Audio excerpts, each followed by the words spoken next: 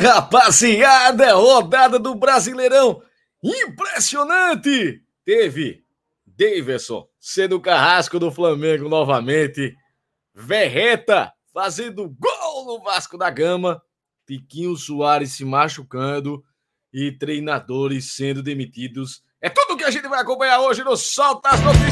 Não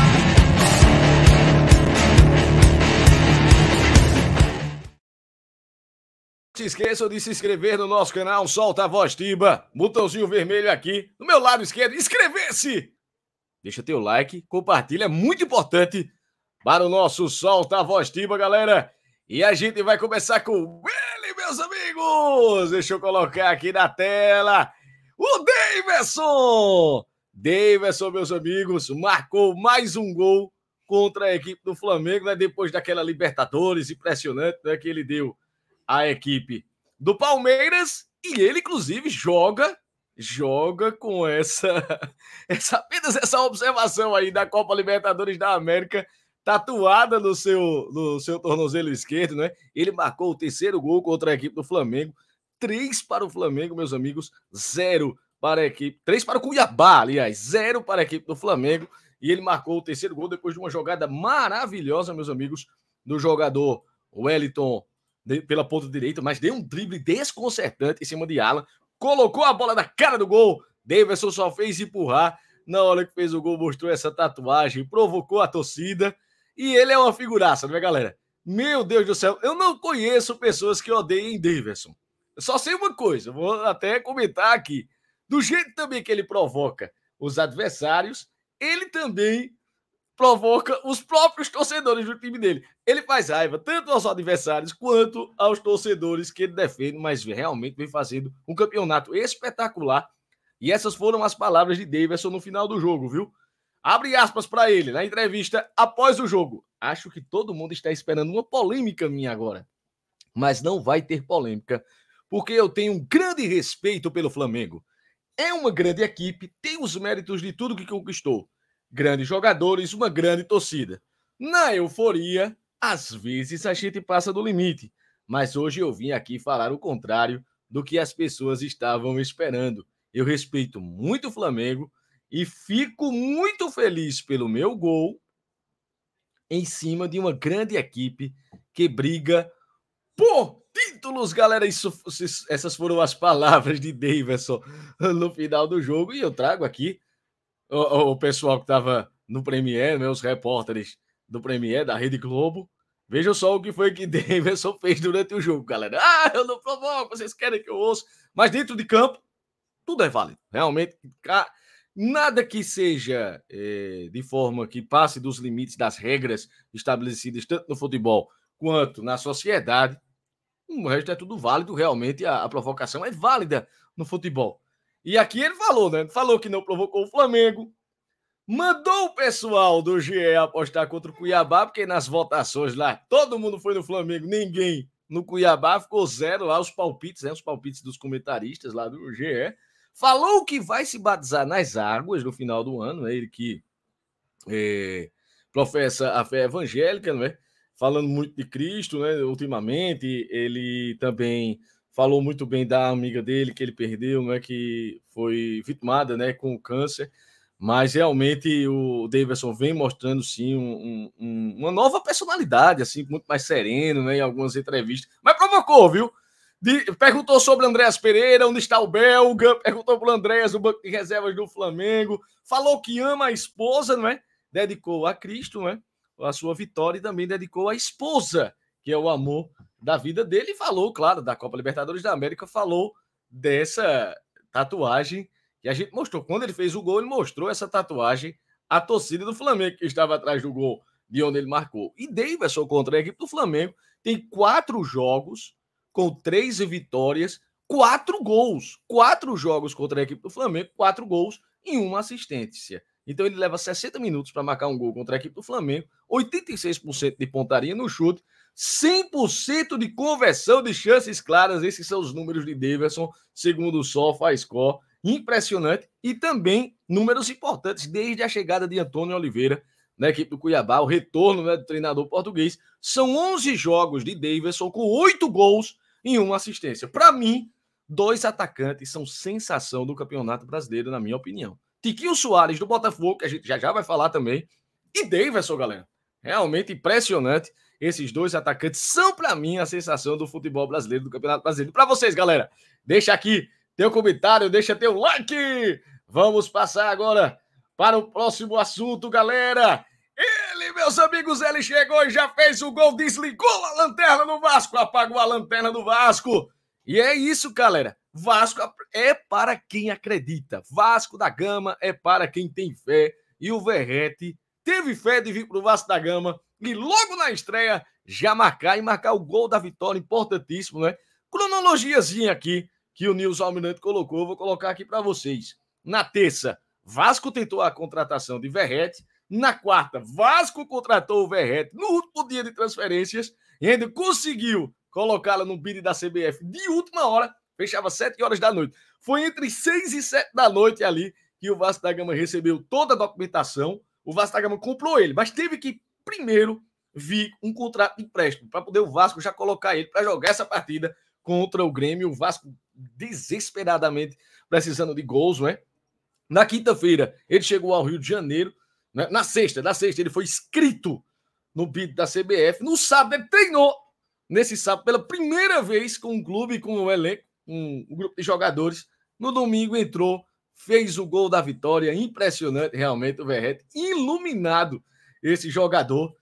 E já mostra um bom trabalho de Ramon Dias. Já teve uma melhora contra a equipe do Corinthians, mas como eu falei, o clube, o Vasco da Gama, dá umas apagadas durante o jogo. Foi assim contra o Corinthians. E ontem foi muito importante a participação do Léo Jardim. Fez grandes defesas, mas isso aí, com certeza, já tem o dedo aí da comissão técnica, não é? Do Ramon Dias, porque chutes de média e longa distância, o Léo Jardim levou vários gols dessa forma no Brasileirão. E ontem, realmente, ele fez grandes defesas de média e longa distância. Também teve uma de Luiz Soares, de fora da grande área, que ele conseguiu espalmar para escanteio. E o cruzamento é uma boa jogada, realmente, do Vasco pela direita. Uma jogada trabalhada, coisa que não estava havendo com o Maurício Barbieri. Era uma ilha, todo mundo pegava a bola, todo mundo queria resolver sozinho. Mas o Ramon Dias já mostra, sim, que está entrosando o time, está dando padrão tático à equipe. E o Verratti foi esse homem para finalizar a boa jogada que o Vasco fez pela direita. E vejam os números de Pablo Verratti na estreia. 26 minutos em campo, um gol, 3 chutes, 3 na direção do gol, 100%, não é? E 8 duelos ganhos de 11. Esses números também do SofaScore. E ele falou no final do jogo: sabia o momento que estava passando o clube. Eu gosto de desafios e aceitei com muita responsabilidade. Olha aí, galera, realmente o Verratti chamando a responsa. Quem sabe, né? O Vasco deixou a lanterna, um novo lanterna é o América Mineiro, que demitiu o Wagner Mancini. Já a gente vai falar também dessa demissão de Wagner Mancini, galera. Próximo assunto preocupa. Solta as notícias, Tiba.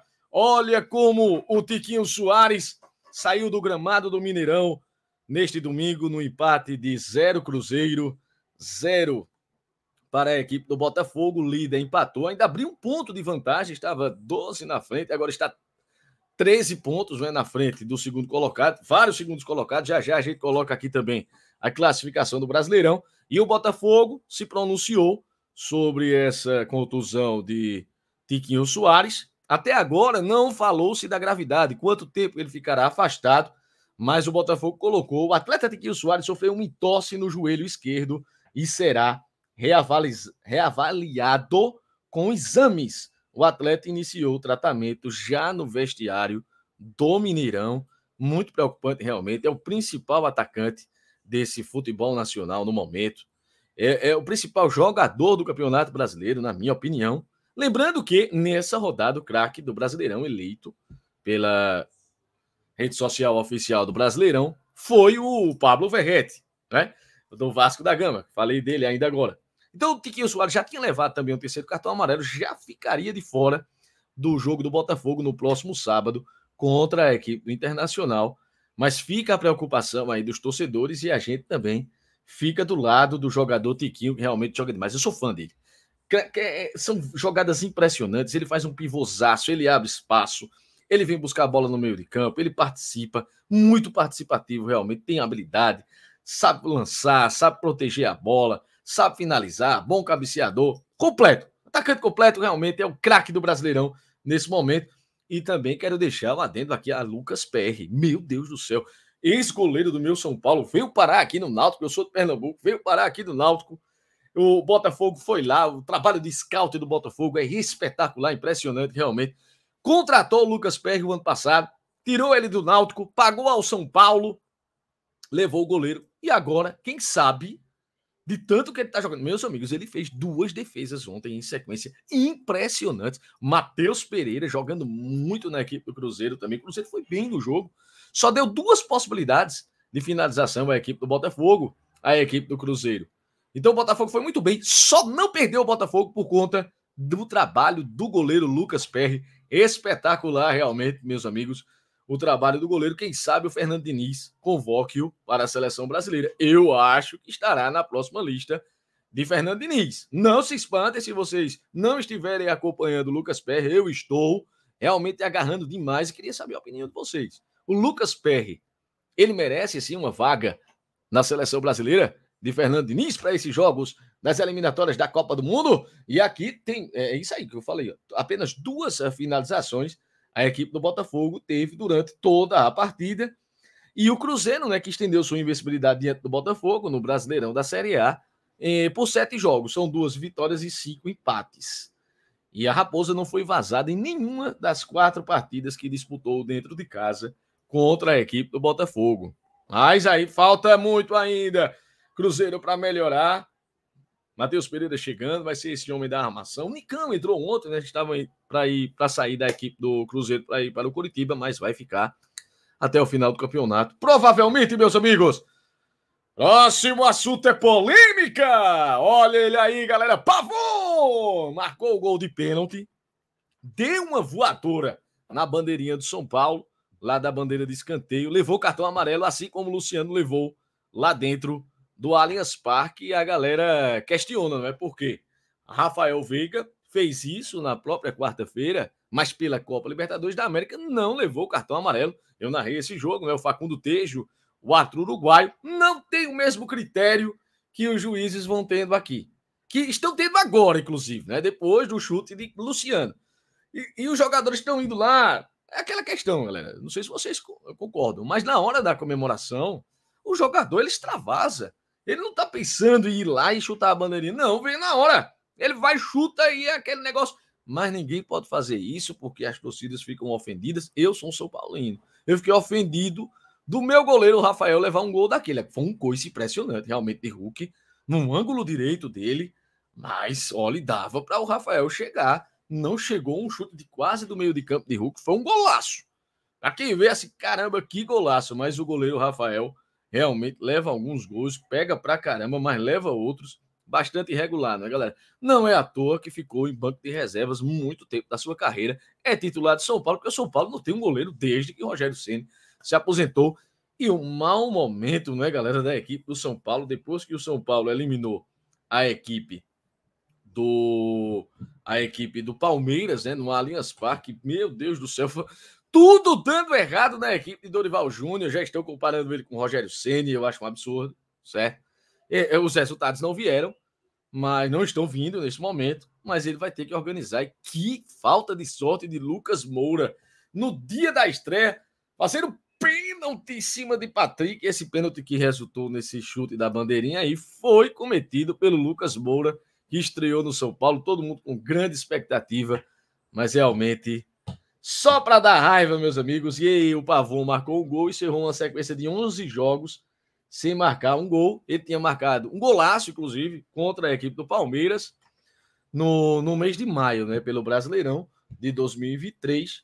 E o Atlético marcou 2 gols da vitória contra o São Paulo, tendo balançado as redes apenas uma vez das 5 partidas anteriores, somadas as que disputou em todas as competições. É o 8º gol de Luiz Felipe Scolari, que conseguiu também a primeira vitória, né, na equipe do Atlético Mineiro. Levou 11 gols, 8 marcados, 11 sofridos.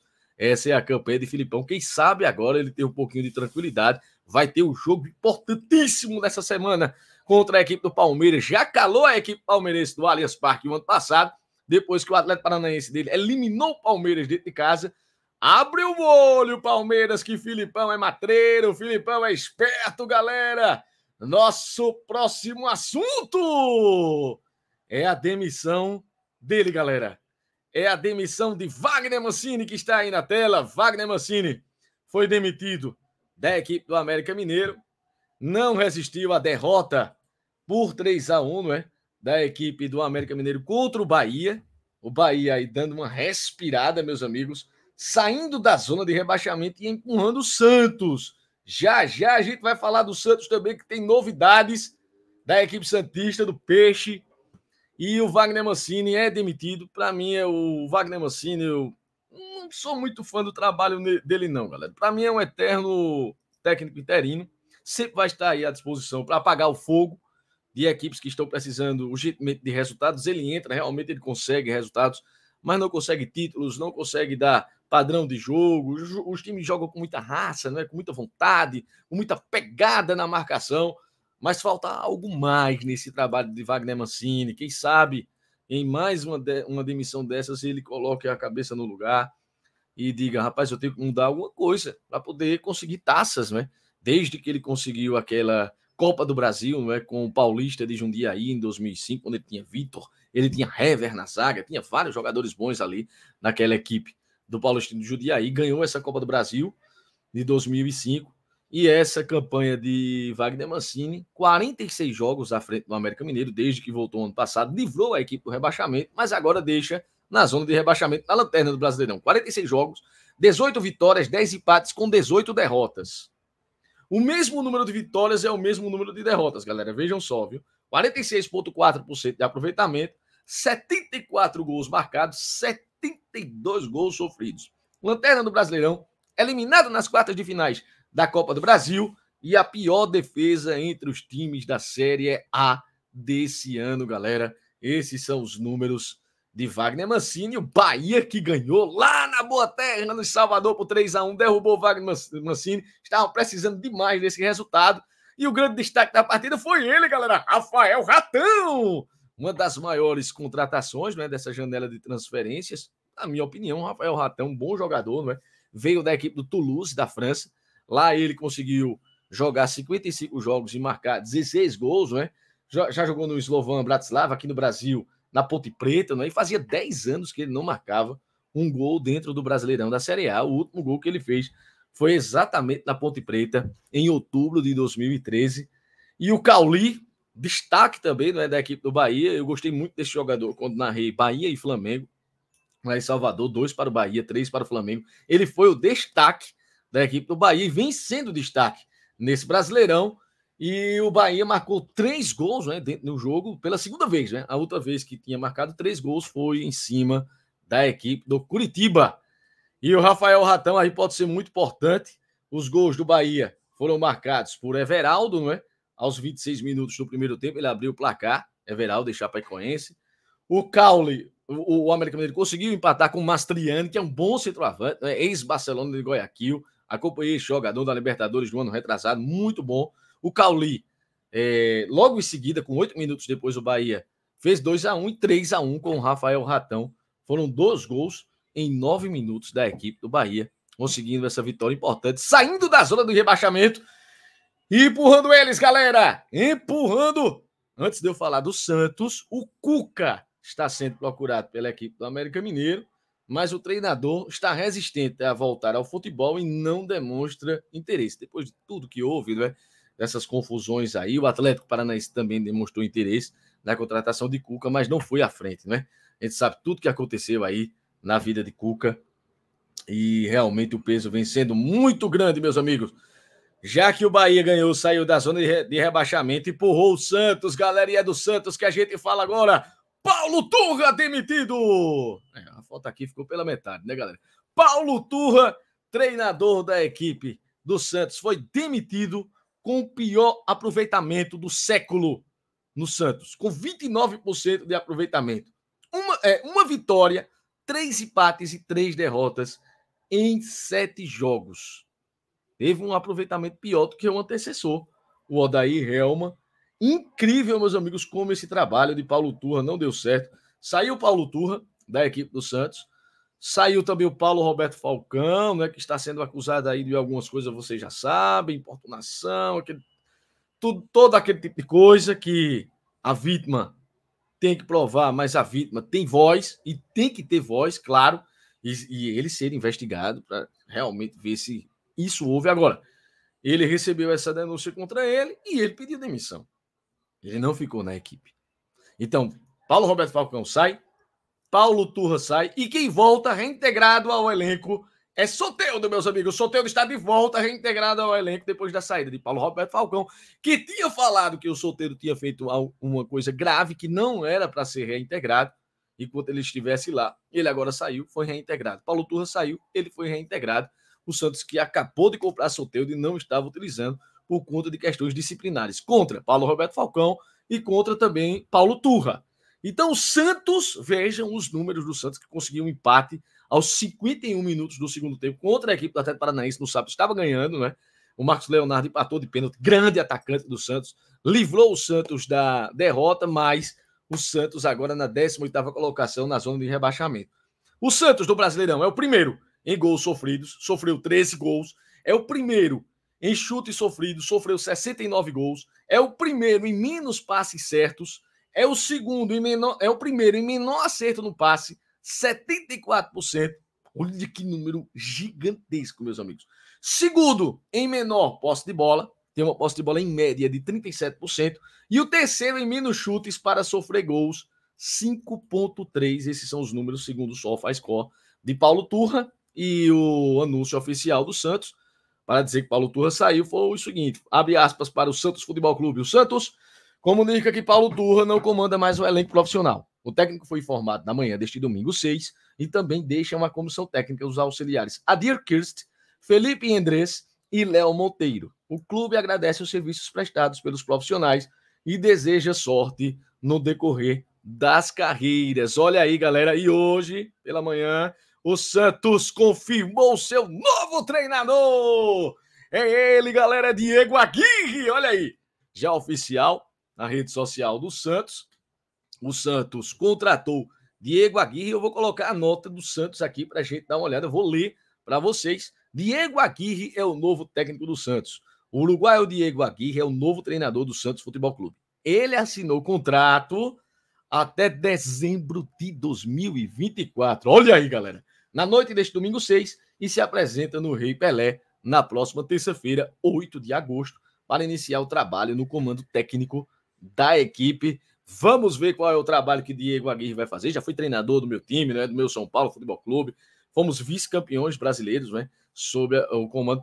Terminamos na primeira colocação no primeiro turno em 2018, mas aí o Diego Aguirre perdeu gás, perdeu espaço, não conseguiu conquistar o título com a equipe do São Paulo em 2018, passou pelo Internacional também. Tem bons trabalhos aqui no futebol nacional. Vamos ver se o Diego Aguirre consegue retirar o Santos dessa zona de rebaixamento. O Santos que vai passando um ano realmente triste, não é? Depois da perda do Rei Pelé, e agora o Santos na zona de rebaixamento na 18ª rodada, faltando uma rodada para terminar esse primeiro turno do Brasileirão. Meus amigos, a situação do Santos vai ficando realmente complicada. Eu não acredito que o Santos possa cair, mas é isso, tá ali no bolo, tá ali no bolo. Quem passar 3 ou 4 jogos sem vencer, sem pontuar, vai sim para a zona de rebaixamento. Foi o que aconteceu agora com a equipe do Santos. O Coritiba perdeu da equipe do Red Bull Bragantino, vinha numa boa recuperação. 1 para o Red Bull Bragantino, 0 para a equipe do Coritiba. Gol de Marcos Vinícius. Grande trabalho, realmente, do treinador Pedro Caixinha, que já acompanhava o trabalho dele. Esses foram os resultados desse domingão no Brasileirão. E a gente vai colocar aqui a classificação do Brasileirão 2023 após o término dessa 18ª rodada. E tá aí, meus amigos, da tela. Deixa eu só dar um zoom aqui para a gente acompanhar como ficou essa classificação do Campeonato Brasileiro após 18 rodadas. O Grêmio tem um jogo a menos, né? O Grêmio tem um jogo a menos, a equipe do Vasco, do Grêmio, do América Mineiro, né? Tem jogos a menos que eles ainda vão se enfrentar, Vasco e América Mineiro. E se não me engano, teve um jogo do Botafogo, parece também. Não foi Botafogo. É o Grêmio aqui. Vamos passar aqui a classificação primeiramente, né? Botafogo em primeiro com 44. Na segunda colocação, 31 pontos. Do segundo ao quinto, todo mundo empatado, galera. Segundo o Flamengo, com melhor gols marcados, porque o saldo de gols está igual à equipe do Fluminense, 9 vitórias para cada um. O Fluminense na terceira colocação. O Palmeiras na quarta colocação com uma vitória a menos, tem 8 vitórias. Na quinta colocação, Red Bull Bragantino com 8 vitórias também, mas com um saldo de gols inferior. Está com 10 de saldo, o Palmeiras com 16. Na sexta posição, o Grêmio, né, que perdeu para a equipe do Vasco da Gama. Estava na vice-liderança. Olha a queda que o Grêmio deu, né, galera? Ficou com 30 pontos aí na sexta colocação. E sétimo, Atlético Paranaense, que empatou com a equipe do Santos com 28. Olha a subida que deu o Cuiabá de Antônio Oliveira. Galera aqui no canal falando Cuiabá. Galo. Galera. 28 pontos na oitava colocação. São Paulo na nona colocação com 26 pontos. Vocês podem ver aqui, ó, 3 jogos sem vencer no Brasileirão. Cuiabá com 4 vitórias consecutivas. Então fez 12 pontos, né? 12 pontos, tinha 16 pontos. Com essas 4 vitórias foi a 28. Subiu à oitava colocação. Na décima colocação, o Atlético, né, ganhou, voltou ao meio da tabela aí com 24 pontos. Cruzeiro empatado com o Galo. Os critérios de desempate aqui são os gols marcados, 21 pelo Atlético, 19 pelo Cruzeiro, porque o número de vitórias e o número de saldo de gols é o mesmo. 12º colocado, o Internacional, que empatou, teve confusão lá com o Ener Valencia, empurrando o Magrão, e ele falou que é porque quer ganhar, por isso que empurrou, ficou irado porque não ganhou a partida. 24 pontos, 13º, queda livre o Fortaleza, olha aí, galera. 13ª colocação para o tricolor da PC com 23 pontos, 4 derrotas consecutivas. Olha aqui, galera. X. Impressionante. Corinthians, que estava ganhando, iria a 22. Sofreu um empate nos descontos da partida. 20 pontos. Goiás ganhou da equipe do Fortaleza. Foi a 19 dentro de casa. Saiu da zona de rebaixamento. E o Bahia também. Saíram da zona de rebaixamento com 18 pontos. Aí vem a zona, meus amigos. A Z4. O Z4 do Brasileirão. A zona da confusão. Como diz Vanderlei Luxemburgo, o Corinthians está a 2 pontos acima dessa zona. 17º Santos com 18. Coritiba em 18º com 14. Vasco da Gama, que voltou a ganhar depois de várias partidas sem vencer, com 12 pontos da 19ª colocação. 6 pontos separam aqui o Vasco do Bahia. O primeiro fora da zona de rebaixamento. E o América Mineiro, lanterna, com 10 pontos ganhos, galera. Esse foi o Solta as Notícias Tiba sobre o Brasileirão. Meus amigos, não se esqueçam de se inscrever no nosso canal. Solta a voz Tiba. Botãozinho vermelho aqui embaixo, inscrever-se. Deixa teu like, deixa teu comentário. É muito importante para os nossos canais. Muito obrigado a vocês que chegaram até aqui. Até a próxima, se Deus quiser. Vídeos todos os dias.